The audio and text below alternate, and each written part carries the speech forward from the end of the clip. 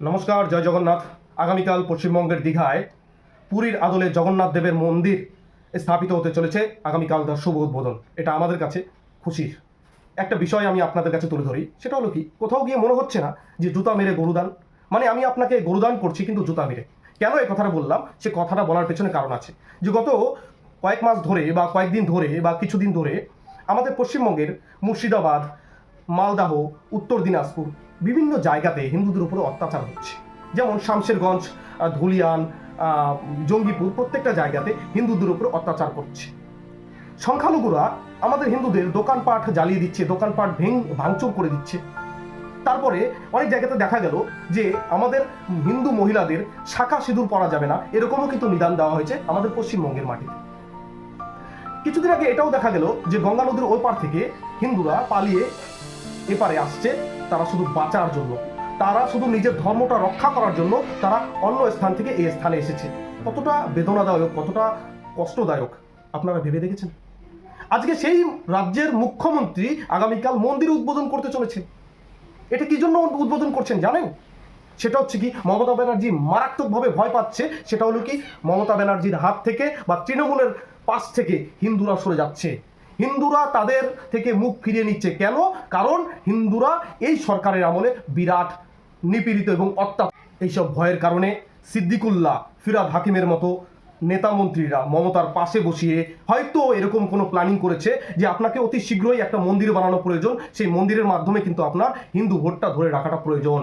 যার জন্যই আজকে আগামীকাল এই মন্দির উদ্বোধন করতে চলেছে মমতা ব্যানার্জি, শুধুমাত্র হিন্দু ভোটটাকে কালেকশন করার জন্য। কারণ সে দেখছে হিন্দু ভোট তার হাতে আর কন্ট্রোলে নেই।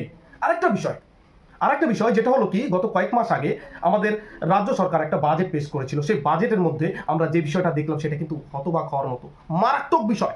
সেটা হচ্ছে কি, যেটা অন্যান্য খাতের তুলনায় আমাদের পশ্চিমবঙ্গের সংখ্যালঘু উন্নয়নের জন্য 5,602 কোটি টাকা বরাদ্দ করেছে। কত টাকা? 5,000, 1 কোটি না, 5,602 কোটি টাকা বরাদ্দ করেছে শুধুমাত্র সংখ্যালঘু উন্নয়নের জন্য। কোথায়? হিন্দুদের উন্নয়নের জন্য তো কোনো টাকা বরাদ্দ করা হয়নি, 1 টাকাও উন্নয়নের জন্য কিন্তু বরাদ্দ করা হয়নি। কিন্তু তাদের জন্য 5,602 কোটি টাকা ইনভেস্ট করা হয়েছে রাজ্য সরকারের তরফে। এই তথ্যটা আমাদের কাছে কি ভাবায় না? এই তথ্যটা আমাদের বিরাট ভাবায়। আজকে এমন একটা জায়গাতে আছি যে জায়গাটাতে আমাদের হিন্দুদের মন্দির সুরক্ষিত নেই, আমাদের হিন্দুদের বাড়ি সুরক্ষিত নেই, হিন্দুদের শাখাপলা সেটাও সুরক্ষিত নেই। এমন দেখা যাচ্ছে না প্রশাসন সহযোগিতা করছে, না পুলিশ সহযোগিতা করছে।